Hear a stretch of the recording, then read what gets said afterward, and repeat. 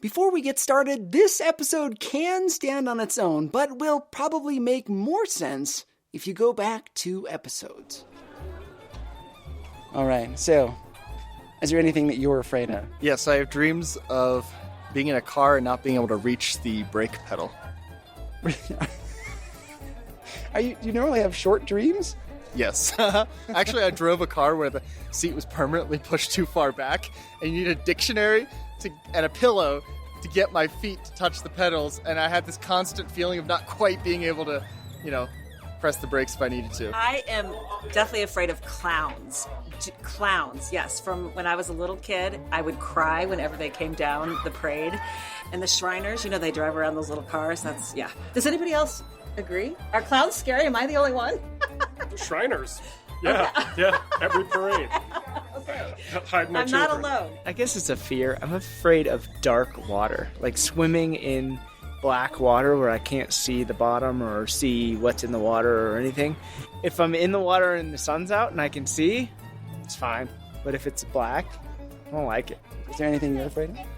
Oh, well, I'm also scared of water, but all water. Wait, that must make showering really difficult. Okay, just bodies of water. And I'm also very scared of ledges, like cliffs. Like standing on the edge of a ledge or a cliff. Well, then don't do it. Well, yeah. No, so she isn't. She wanted a clown birthday. My own daughter wanted a clown birthday when she was 4. So we gave it to her, but I was like, I've got to face my fear. So there we go. Leeches terrify me. I've had 2 on my leg that was, burying into it, and that was terrifying. So Okay, I think I'm honestly really scared of interviews. And yet you've been on the show so many times. Facing my fears. It turns out that we're afraid of a lot of things. For some of us, it's spiders. For others, it's clowns. But there is a certain kind of fear that crops up every few years in Christian circles. One that isn't so funny. The fear that we're dying out. Becoming extinct. Something like only half of kids born into Southern Baptist families stay Southern Baptist. Not only are young people walking away from the faith of their parents, but other religions are gaining on us. You're listening to the show that uses journalistic tools to look inside the Christian church. We press pause on the culture wars to explore how we got here and how we can do better. I'm Chris Starin, and this is Truce. All right, so let's have some fun with numbers.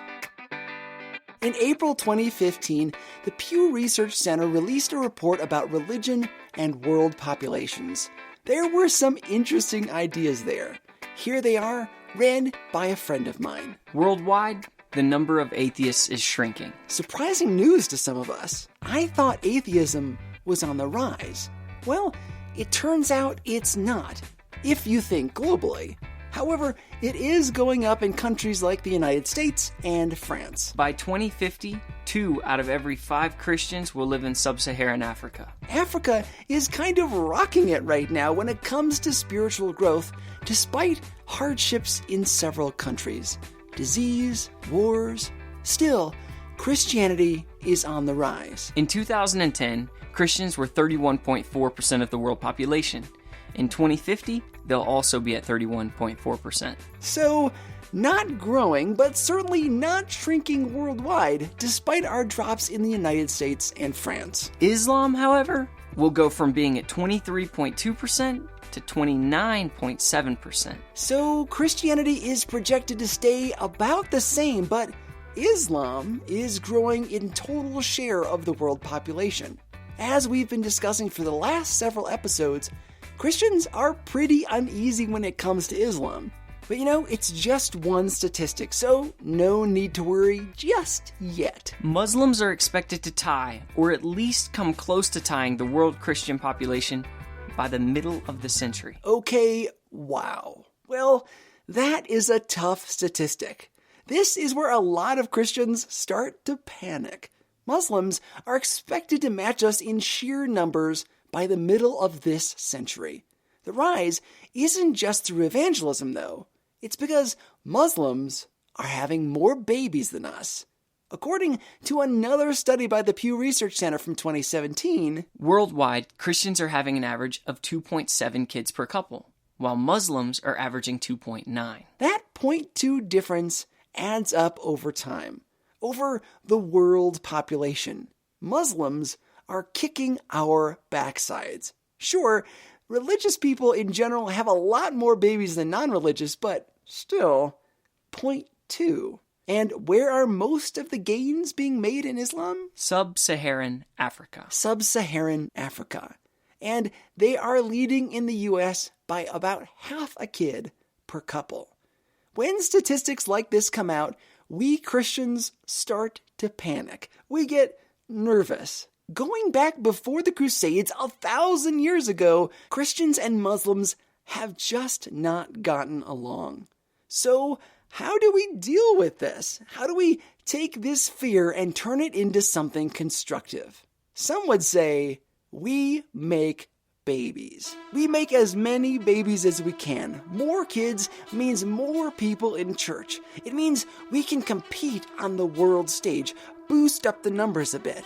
Pastors get up in the pulpit and tactfully encourage young people to have more children. We want to see the Sunday school rooms overflowing, nursing mothers in every corner of the building.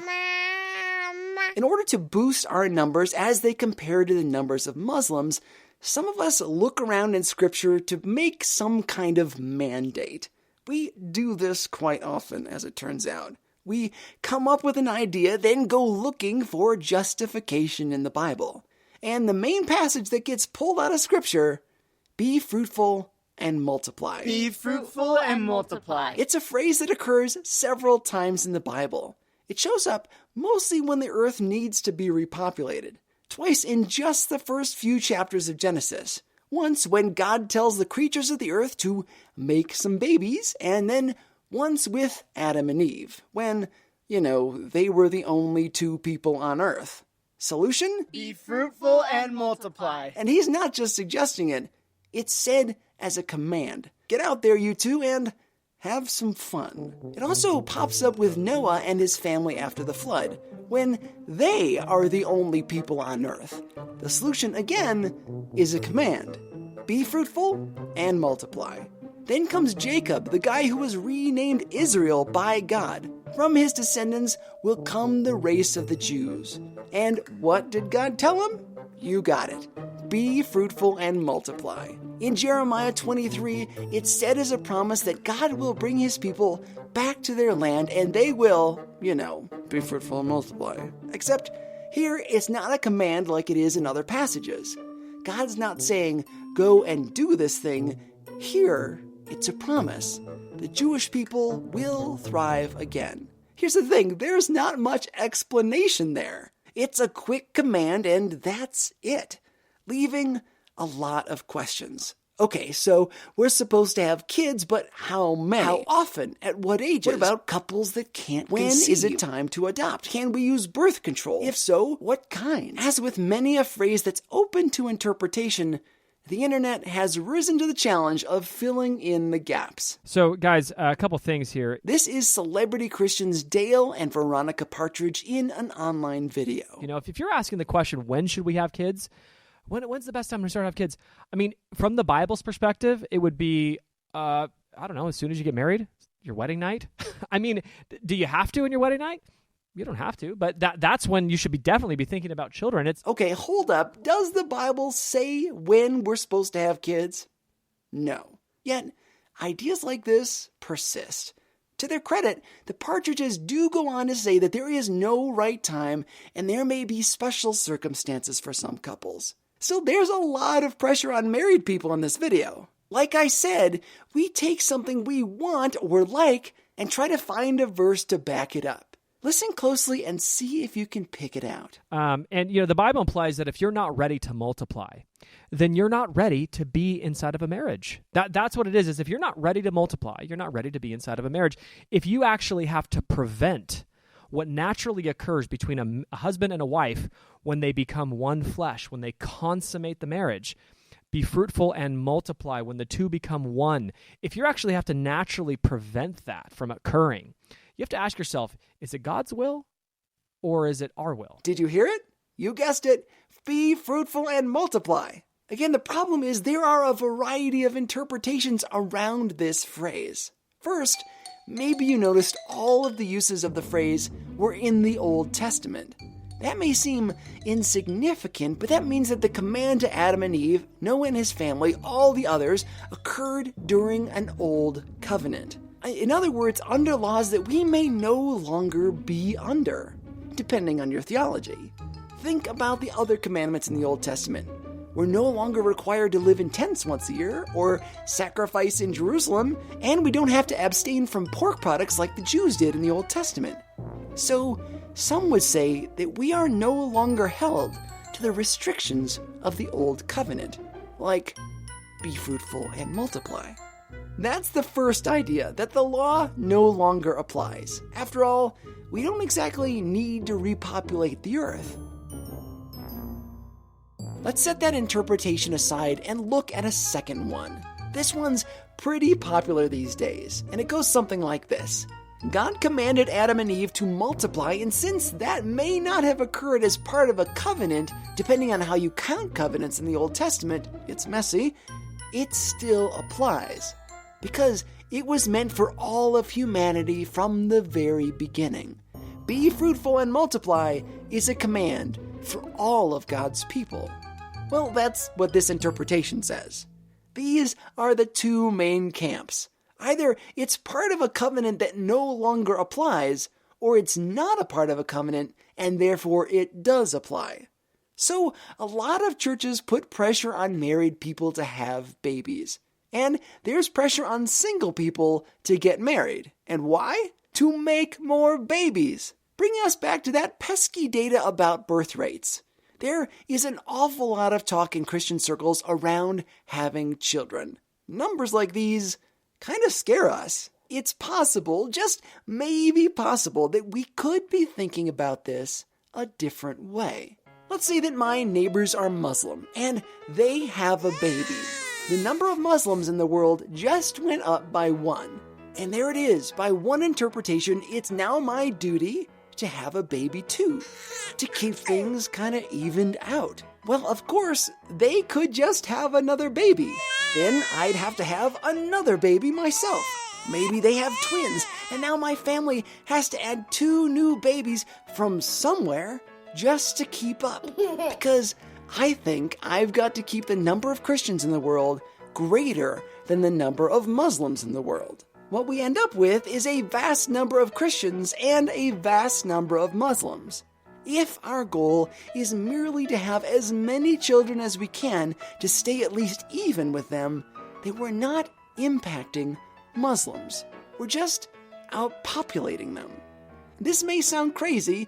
What if, instead of trying to have more babies than my Muslim neighbors, I just go and share the gospel with them?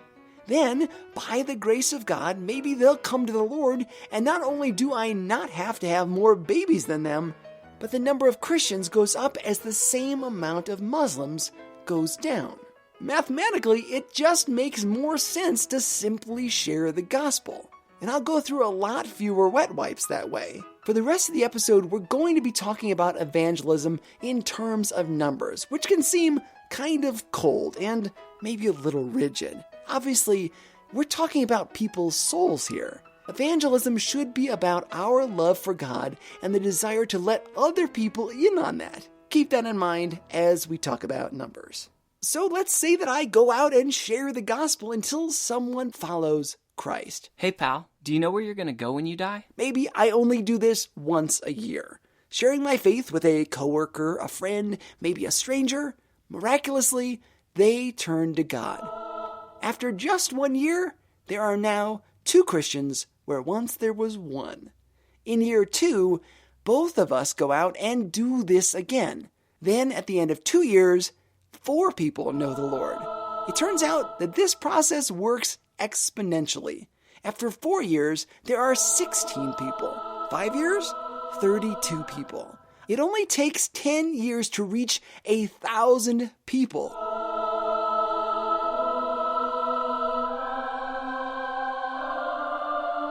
And that, my friends, is how the gospel, how Christianity spreads.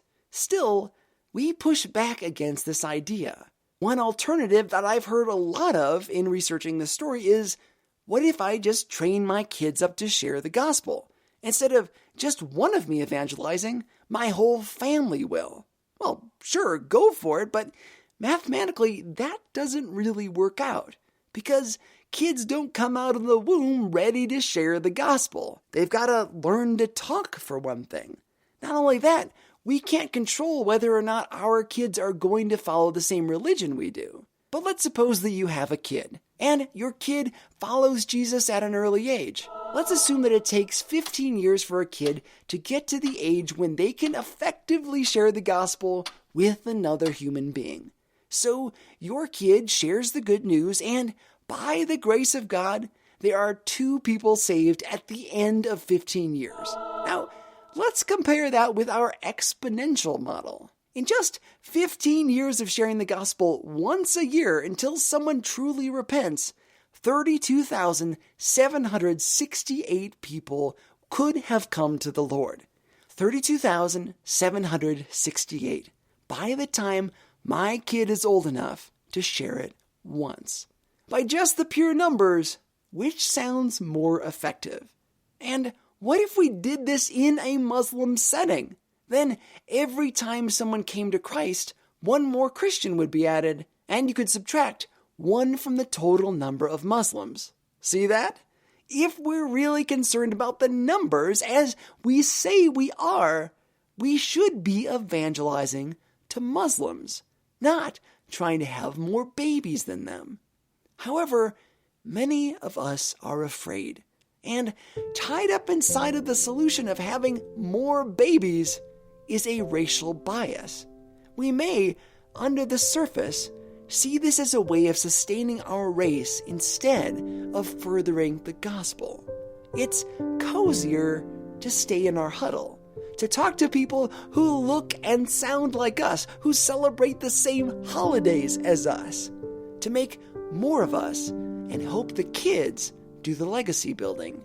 In reality, if we really believe the Bible, a Bible verse that definitely still applies, we are to make disciples of who? All nations. Because the hope we have in Christ is not defined by our race, ethnicity, gender, politics, skin color, any of that. The gospel is meant to be taken to every tribe and tongue. What would it mean for the modern church if we stopped pushing babies and started encouraging growth by reaching Muslims and Buddhists and atheists too? Instead of cowering inside of our huddle, we could take this thing to the streets, to the world. And it really comes down to some simple math.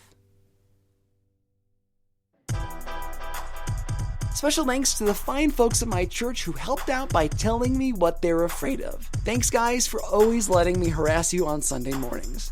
And thanks to Anna and Kevin for their help with the math.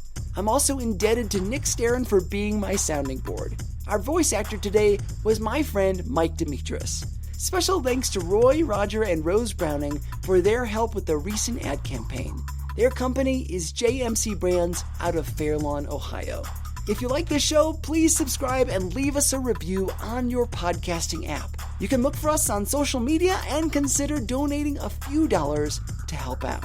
Visit the website at trucepodcast.com for bonus info and to learn more about my films Bringing Up Bobby and Between the Walls and my novel Cradle Robber. Please tell a friend about the show. Otherwise, I'll have to have a lot of babies to keep this audience growing. I'm Chris Starin, and this is Truce.